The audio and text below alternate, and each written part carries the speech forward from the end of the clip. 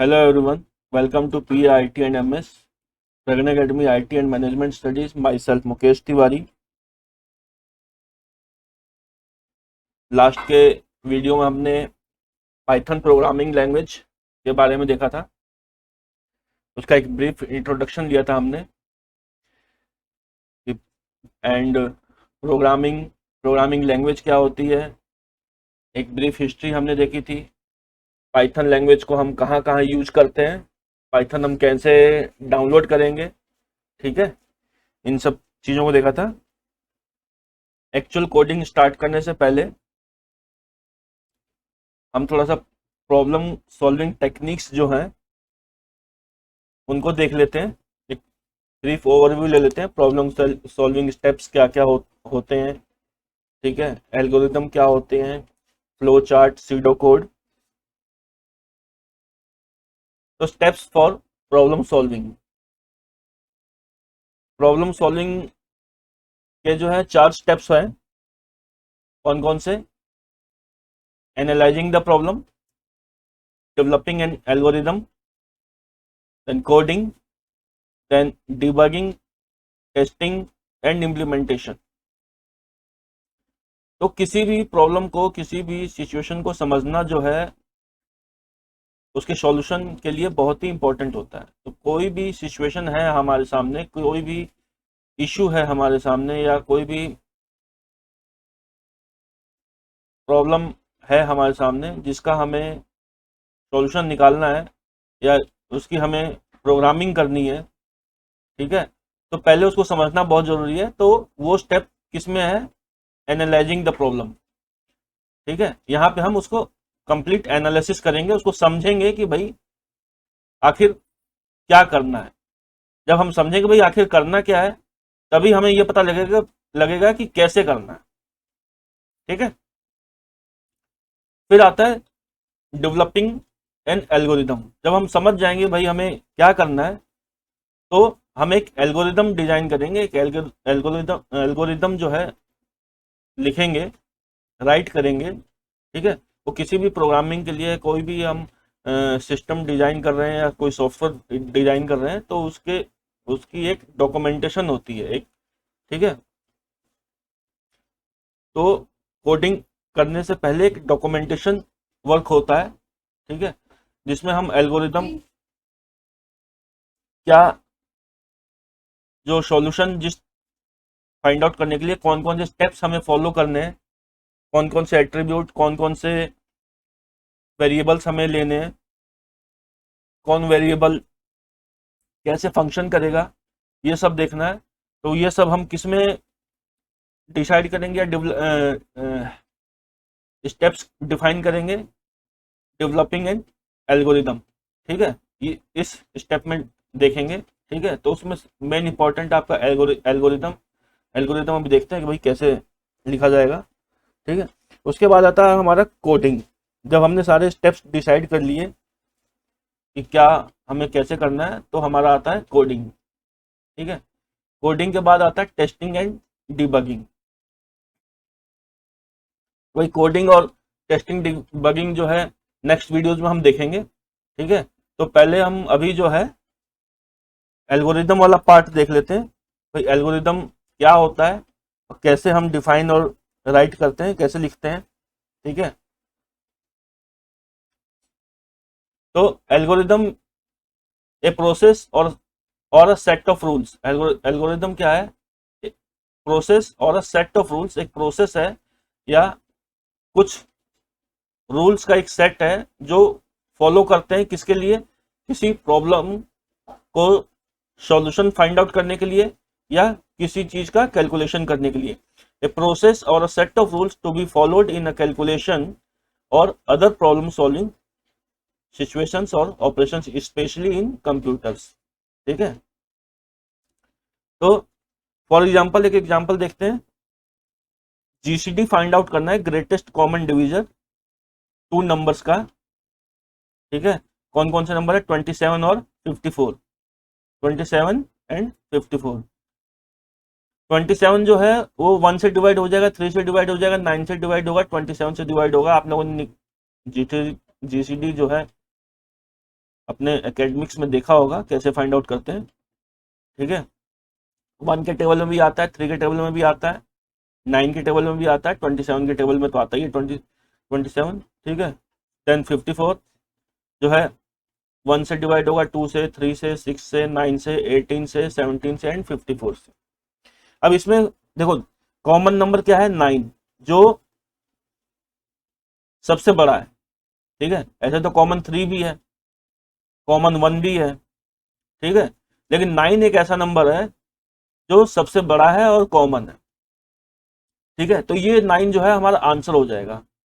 ठीक है, लेकिन ये जो एक प्रॉब्लम है हमारे सामने, इसका इसका अगर हम एल्गोरिदम लिखना हो तो कैसे लिखेंगे। सबसे पहले क्या, इनपुट 2 नंबर्स, 2 नंबर हमें इनपुट कराने, 27, 54। ठीक है, सबसे पहले हमारा स्टेप ये है। सेकंड, फाइंड द नंबर, एक नंबर फाइंड करना है या डिवीजर फाइंड करना है जो कि divide the both given number, जो कि डिवाइड करे 27 को और 54 को। ठीक है, या 27 और 54 उन नंबर्स के टेबल में आता हो, मल्टीप्लिकेशन टेबल्स में आता हो। थर्ड स्टेप है, जब ये प्रोसेस हमारा फिनिश हो जाएगा तो उसमें हमें लार्जेस्ट या ग्रेटेस्ट नंबर फाइंड करना है जो दोनों में कॉमन, दोनों ही लिस्ट में। ठीक है, एक तो लिस्ट ये है, एक लिस्ट ये है, दोनों ही लिस्ट में एक ऐसा नंबर फाइंड आउट करना है जो दोनों में कॉमन है। ठीक है, एंड सबसे बड़ा है। वो नंबर जो हमने फाइंड किया वही हमारा आंसर है। ठीक है, जीसीडी, ग्रेटेस्ट कॉमन डिवाइजर। ठीक है, ग्रेटेस्ट कॉमन डिवाइजर जो है हमारा कौन सा निकला, 9। ठीक है, तो इस तरीके से जो है हम एल्गोरिदम जो है लिखेंगे।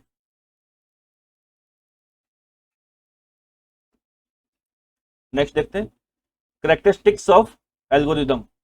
ठीक है, एल्गोरिदम की कुछ कैरेक्टरिस्टिक्स हैं। Precision, steps are precisely stated और डिफाइंड। ठीक है, जो भी स्टेप्स जो हमने लिखे हैं वो स्पष्ट रूप से डिफाइंड होने चाहिए। ठीक है, इनमें कुछ कंफ्यूजिंग टाइप का नहीं होना चाहिए, या 2 स्टेप्स को मिला के एक स्टेप नहीं होना चाहिए। एक स्टेप अपने आप में एक कंप्लीट इंफॉर्मेशन लिए हुए होना चाहिए। ठीक है, यूनिकनेस, प्रत्येक स्टेप जो है अपने आप में यूनिक हो और कंप्लीटली डिफाइंड हो। ठीक है, और पिछले वाले स्टेप से एक इनपुट लेता हुआ हो और नेक्स्ट स्टेप को एक आउटपुट देता हुआ हो। ठीक है, फाइनाइटनेस, कुछ प्रोसेस या कुछ स्टेप्स के बाद उसका एक रिजल्ट भी आना चाहिए, मतलब उसका एंड भी होना चाहिए, यानी कि वो अनलिमिटेड, इनफाइनाइट चलता रहे। इसके बाद प्रत्येक एल्गोरिदम में कुछ वेरिएबल्स या कुछ नंबर्स जो है इनपुट के रूप में होने चाहिए, और हर एल्गोरिदम का एक आउटपुट निकलना चाहिए। जैसे हमने ये इनपुट दिया था और ये हमें आउटपुट निकल के आया, बीच में हमारी जो है प्रोसेसिंग हुई, और प्रत्येक स्टेप जो है हमारा सॉरी, प्रत्येक स्टेप जो है हमारा अपने आप में इंडिपेंडेंट और स्पष्ट और डिफाइंड है। ठीक है, तो ये कुछ करेक्टरिस्टिक्स है हमारी एल्गोरिदम की, क्या क्या, precision, uniqueness, finiteness, input and output.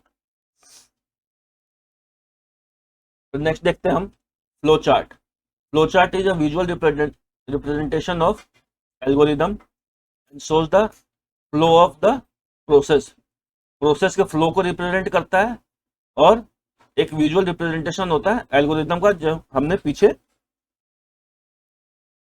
ये जो हमने पीछे एल्गोरिदम जो हमने लिखा है, टाइप किया है या डिफाइन किया। ठीक है, इसका एक विजुअल रिप्रेजेंटेशन होता है। तो कुछ शेप्स हैं या सिंबल्स हैं जो हमें याद रखने हैं।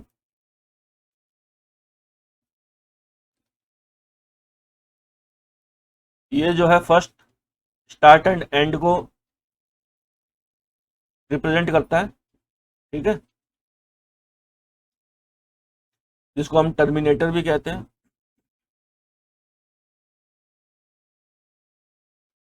It indicates where the flow starts and end, process के स्टार्टिंग और एंडिंग पॉइंट को इंडिकेट करता है ये, ठीक है। और ये सेकंड प्रोसेस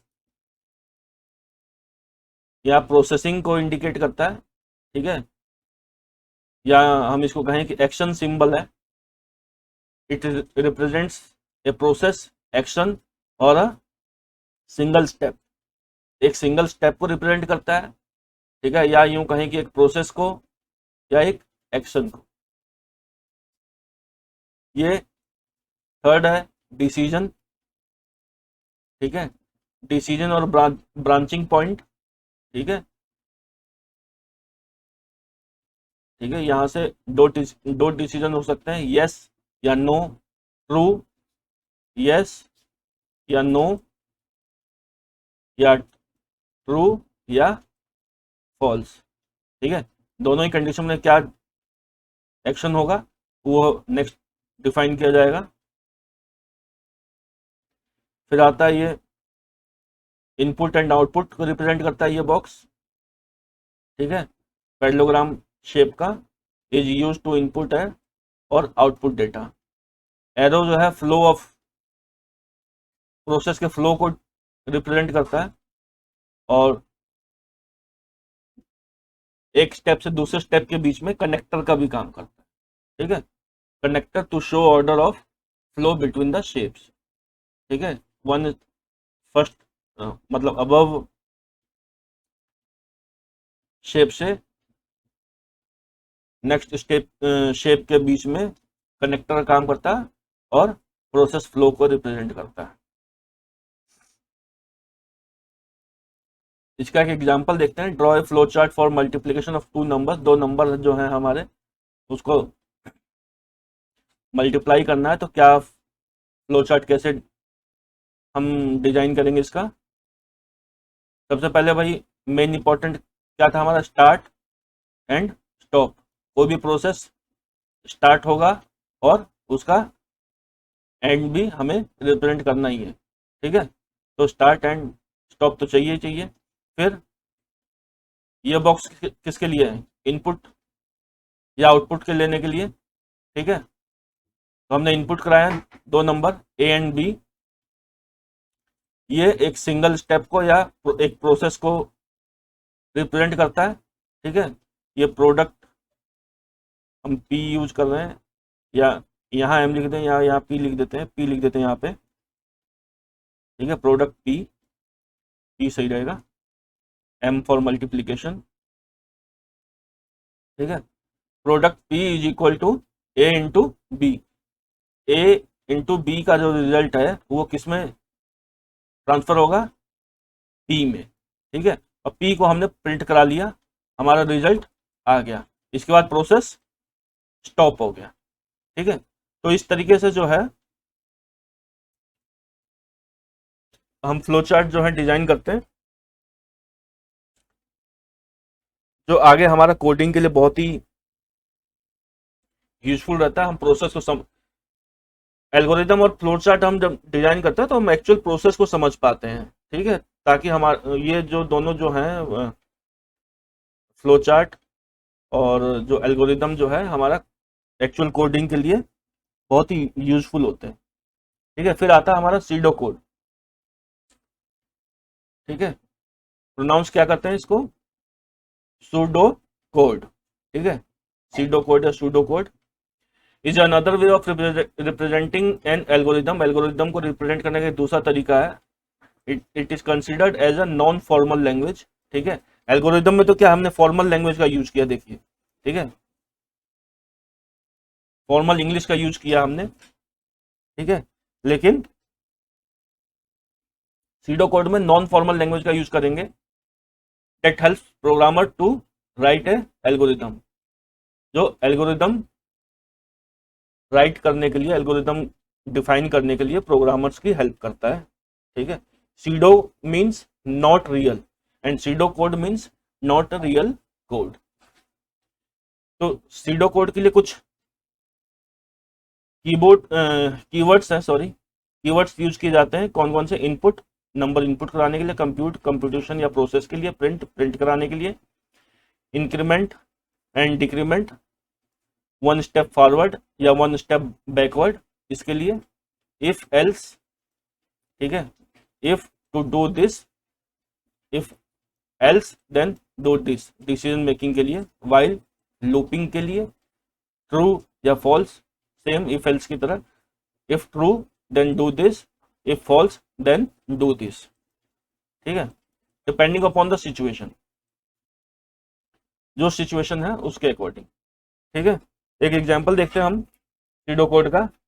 अगर सीडो कोड हमें लिखना हो मल्टीप्लाई करने के लिए दो नंबर को, जो हमने पीछे एग्जांपल देखा है, ठीक है, टू नंबर्स के मल्टीप्लिकेशन के लिए जो हमने ये फ्लो चार्ट बनाया, इसके लिए हमें देखना है अगर सीडो कोड हमें लिखना होता तो कैसे लिखते हैं। इनपुट नंबर ए, हमें दो इनपुट चाहिए, इनपुट नंबर बी, दो नंबर हमने जो है इनपुट करा लिए।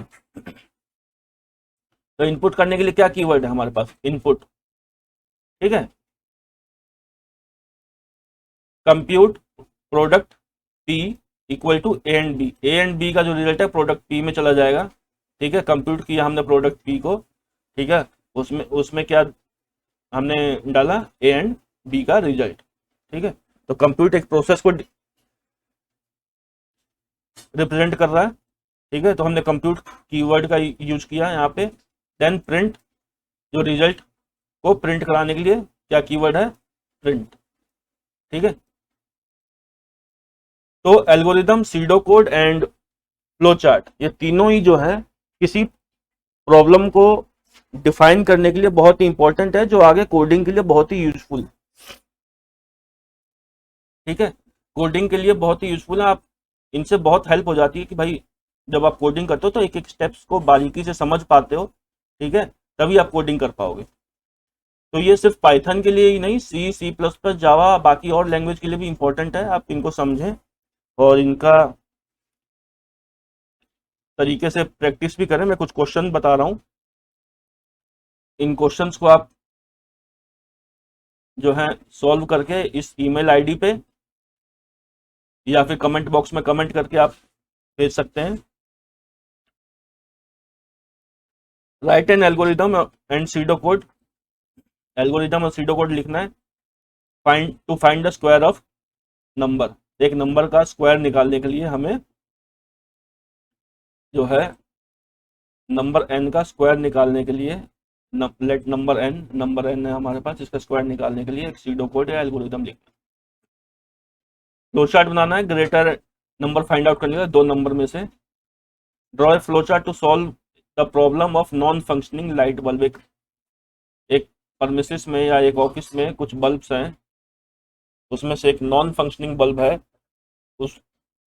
उस प्रॉब्लम को सॉर्ट आउट करने के लिए, सॉर्ट आउट कैसे होगा? वो वहाँ का बल्ब चेंज करना पड़ेगा। ठीक है, तो क्या स्टेप्स फॉलो करेंगे? फॉर एग्जांपल 5 बल्ब है, पांचों बल्ब को 1 बाय 1 चेक करना है। ठीक है, यानी कि इसमें 5 बल्ब है तो वाइल भी लगेगा। ठीक है, if bulb is okay then next, not okay then call the mechanic और चेंज द बल्ब। इस तरीके का डिसीजन कंट्रोल लगेगा। तो इसको भी आप डिफाइन करके, डिजाइन करके आप भेजेंगे ईमेल में। Write an algorithm to display the sum of two numbers, दो नंबर का सम निकालने के लिए, एंटर्ड बाय द यूजर। ठीक है, using both SIDO code and flow chart. मतलब क्या हुआ? SIDO code, flow chart, algorithm तीनों लिखना है। ठीक है, यानी कि सिर्फ एल्गोरिदम लिख के भेज दें मेरे को। फिर similar, calculate the area and perimeter, area and perimeter find out करना है किसका? रेक्टेंगल का, using the both SIDO code and flow chart. Pseudo code भी बनाना है, फ्लो चार्ट भी बनाना है, और एल्गोरिदम भी बनाना है। सॉरी। तो फ्रेंड्स आज के लिए बस इतना ही। Take care and stay safe. अगर वीडियो कंटेंट आप लोगों को यूजफुल लगा तो प्लीज़ लाइक एंड शेयर करें। चैनल को सब्सक्राइब कर लें अगर आप लोगों ने सब्सक्राइब ना किया हो तो, एंड बेल आइकन जरूर प्रेस करें ताकि आने वाली वीडियोस का नोटिफिकेशन आप लोगों को मिलता रहे। So okay, bye bye, see you.